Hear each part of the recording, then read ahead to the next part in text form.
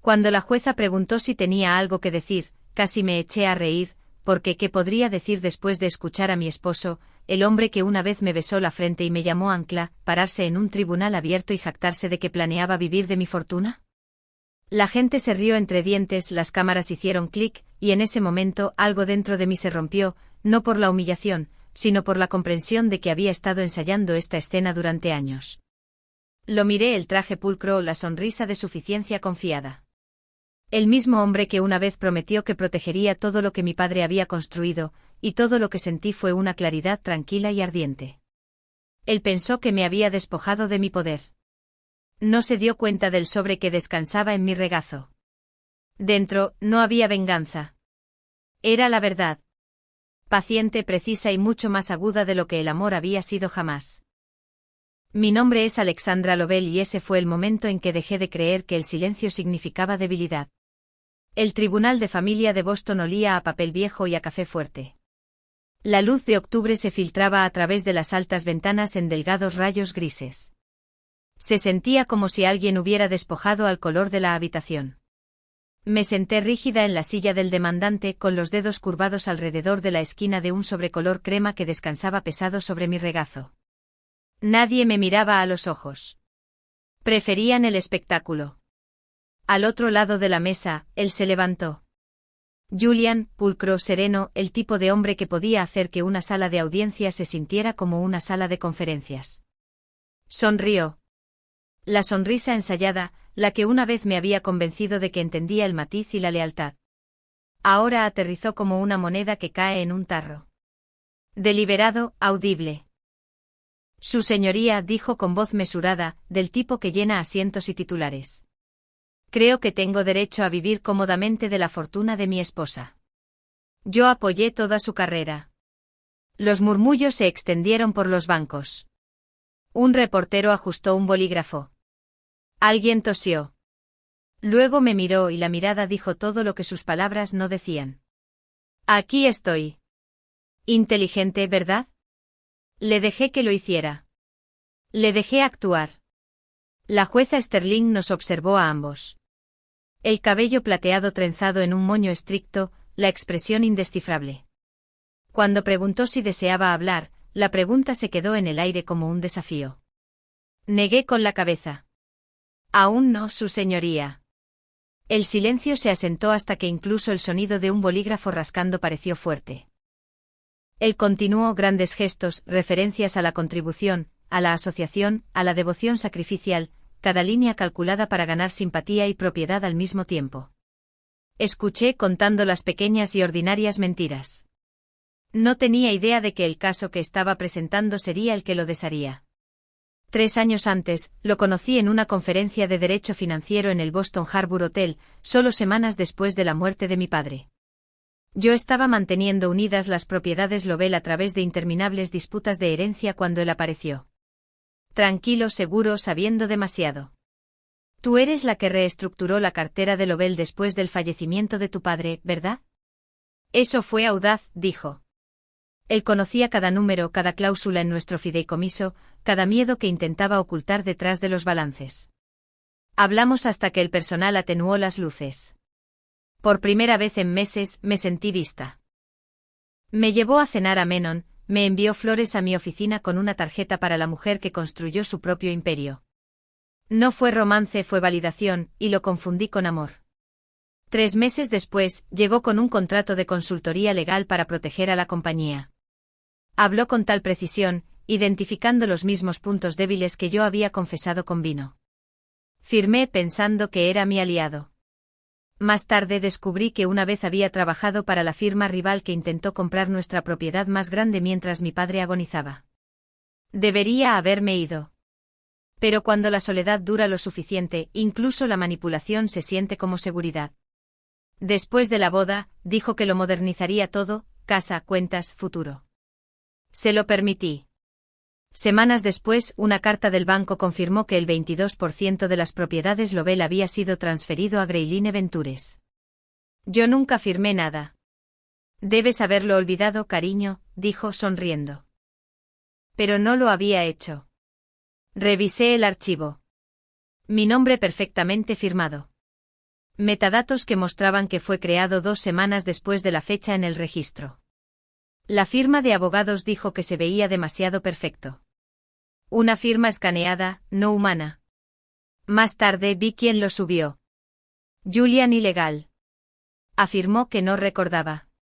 Esa noche cerré mi puerta de la oficina con llave por primera vez, copié cada archivo a un USB privado y me di cuenta de que el hombre con el que me casé no estaba ayudándome a proteger mi legado. Lo estaba reescribiendo. No había dormido en días. Su risa de esa fiesta se reproducía detrás de mis ojos. Después de 2 semanas de silencio corrosivo, llamé a Marcela Reyes. Tranquila, implacable, la clase de auditora que hace confesar a los números. Investiga Greyline Ventures, dije con cuidado de no explicar demasiado. Sé discreta. 3 días después, se sentó frente a mí con una pila de archivos y una mirada que podía congelar la habitación. Alexandra, dijo, Greyline está hueca. Sin empleados, sin nómina, sin actividad fiscal, solo transferencias. ¿Tu dinero? ¿Cuánto? 2.7 millones canalizados a través de 4 cuentas. Todas regresan a Julian Vance 3. Mi garganta se cerró. Marcela deslizó un correo electrónico hacia mí. Preparar condiciones de venta una vez que controle la mayoría de las acciones. Todo encajó. Su charla sobre optimización fiscal, las sonrisas suaves, la lógica tranquila. No estaba administrando nuestra riqueza. Se estaba posicionando para poseerla. Copié cada archivo a un USB observando mi reflejo en la pantalla de la computadora portátil. La mujer que me miraba no era la que una vez había confundido la manipulación con el cuidado. Estaba lista para luchar con precisión, no con emoción. Un mes después él insistió en una fiesta de aniversario de 10 años en el Fairmont Capri. Las arañas de cristal refractaron la luz en el salón de baile mientras levantaba su copa. Por mi brillante esposa, anunció, y por nosotros, pronto copropietarios de Propiedades Lovell. Aplausos. Mi pulso rugió más fuerte que el tintineo de las copas. Después, Robert King, el viejo asesor de mi padre, me apartó. ¿Estás segura de que sabes todo sobre Julian? ¿Por qué? Representé a su exesposa hace 10 años. Ella perdió todo. Falsificó su consentimiento en un fideicomiso. De vuelta en casa, abrí los archivos estatales. Su nombre apareció bajo un titular. Viuda de abogado de bienes raíces acusa a su esposo de transferencias fraudulentas. 2013, misma cara, misma sonrisa. Etiqueté mi USB, evidencia 1, Greyline. Evidencia 2, cadena de correos electrónicos. Evidencia 3, artículo 2013. Si él había convertido el amor en una transacción, yo convertiría la justicia en un contrato. Entré en Federal Plaza un lunes llevando un sobrecolor crema grueso con copias de los archivos de Greyline. La habitación olía a lejía y burocracia. Las luces fluorescentes zumbaban. El agente Cruz estaba sentado detrás de una pequeña mesa, con las manos cruzadas, el tipo de rostro que había visto demasiadas mentiras para sorprenderse. Señora Lovell, el nombre de su esposo apareció antes, dijo con voz plana. No bajo fraude. Bajo trabajo de asesoría. Es inteligente, pero inteligente no significa intocable. Le deslicé el contrato. Se ajustó las gafas, se desplazó, luego se pellizcó el puente de la nariz. ¿Ves esto? Los metadatos creados hace 6 meses, editados hace 3 semanas, no en 2021 como afirma la firma. ¿Podemos usarlo? Pregunté. Aún no, respondió el agente Cruz. Tiene que usarlo él mismo en el tribunal. Entonces es intento de fraude. Un escalofrío me recorrió ante la implicación. Justicia que necesitaba una trampa. Unos días después, regresó con otro archivo. Presentó una petición preliminar bajo diferencias irreconciliables. Hace referencia al prenupcial que supuestamente no firmaste. Está confiado. Luego me reprodujo el correo electrónico recuperado. Una vez que se presente el divorcio, ella no tendrá tiempo de detener la liquidación. El agente Cruz levantó la vista. ¿Dejarás que piense que está ganando? Pensé en un niño aprendiendo a montar en la plaza exterior. pequeñas manos sosteniendo firmemente el tambaleante agarre de un padre. Sonreí. Siempre le encantó escucharse hablar. Le daré una audiencia. De vuelta en Propiedades Lovell, abrí la vieja caja fuerte de mi padre y encontré un USB envuelto en terciopelo, una nota escrita a mano por él. Acuerdos de respaldo, no modificar. Mi pecho se apretó cuando lo conecté. Las carpetas estaban impecables. Acuerdos de asociación originales de 2019 a 2022. Intactos, metadatos completos. Abrí el PDF del acuerdo de asociación. En el registro de edición, editado por Asesoría Legal de Charles L.S., modificado, 3 de febrero de 2023. Le envié una copia cifrada al agente Cruz. Esa noche me llamó. Un raro toque de emoción en su voz. Lo tenemos. El registro de firmas contiene un hash único de un software que no existía hasta 2023. Oro forense. Me dijo que mostrara debilidad. Necesita sentirse seguro. Déjale pensar que no estás preparada. 3 días después, Julian entró con una carpeta gorda. He decidido presentar la demanda, Alex, dijo poniéndola sobre la mesa. Me lo agradecerás un día por hacer esto de forma limpia. ¿Ya has preparado tu evidencia? Pregunté.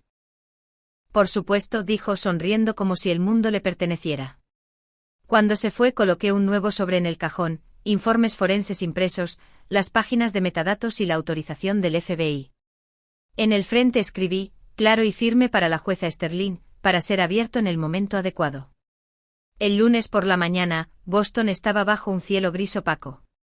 La lluvia susurraba sobre los escalones de granito del Tribunal de Familia. Dentro, la sala de audiencias estaba abarrotada, reporteros, espectadores, susurros curvándose entre los bancos de madera. Me senté en la primera fila, el sobre color crema descansando en mis manos como un latido tranquilo. A veces la justicia no rugía, a veces esperaba en silencio. Julian entró con el tipo de confianza que solo el engaño puede pulir. Traje a medida gris, corbata de seda roja, manos en los bolsillos, sonriendo para las cámaras como si esta fuera su vuelta de victoria. Saludó a la prensa, se enderezó los gemelos y tomó asiento junto a su abogado. Su señoría, comenzó el abogado con voz suave e ensayada. Mi cliente ha sido un esposo y asesor devoto. Presentaremos evidencia que prueba que la señora Lovell nunca firmó el acuerdo prenupcial. En consecuencia, todos los activos compartidos deben dividirse por igual. La jueza Sterling asintió levemente. Proceda. Julian se puso de pie, carraspeando, ya saboreando el sonido de su propia voz. Durante años comenzó. Apoyé a mi esposa mientras ella administraba la compañía de su difunto padre. Ella heredó todo, su casa, su fortuna, su legado. Yo fui quien le dio equilibrio, credibilidad, compañía. Solo pido vivir cómodamente de lo que construimos juntos. Las risas parpadearon alrededor de la sala, rápidamente sofocadas. Una cámara hizo clic.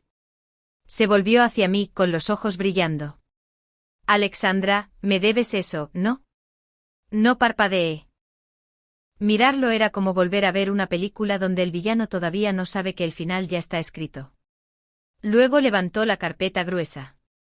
Su señoría, tengo el documento original justo aquí. Se lo entregó a la jueza con gracia teatral. Ella se ajustó las gafas, hojeando páginas, las cejas fruncidas. Vi al agente Cruz en la última fila. Hizo un único asentimiento deliberado. Era el momento. Me levanté. Su señoría, ¿puedo acercarme al estrado? Puede. Coloqué mi sobre al lado de la carpeta de Julian. Me gustaría que verificara la fecha y la composición de la tinta utilizada en los documentos del señor Vance. Una onda de sorpresa se movió por la habitación. La jueza Sterling levantó una ceja. Continué. El bolígrafo digital utilizado para su firma fue lanzado en 2023, dije con calma. El contrato que presentó tiene fecha de 2021. El silencio cayó, agudo, suspendido. La jueza se volvió hacia el informe forense que yo había proporcionado, sellado con el sello del FBI. Leyó por un momento, sus labios temblando, luego inesperadamente. Se rió, una risa clara y genuina. Cortó el aire como una campana. Señor Vance, dijo todavía sonriendo. Usted le está pidiendo a este tribunal que crea que firmó un documento 2 años antes de que el bolígrafo que usó fuera fabricado siquiera. Julian se congeló, el color drenándose de su rostro. Eso es imposible. Ella lo falsificó. Ella me tendió una trampa. La jueza Sterling bajó sus gafas. Su tono era tranquilo, medido. No, señor Vance, usted se tendió una trampa a sí mismo. Una ola de murmullos barrió la sala de audiencias. Julian golpeó la mano sobre la mesa. El sonido hueco y desesperado. 2 alguaciles se adelantaron antes de que pudiera tomar otro respiro. Crucé su mirada.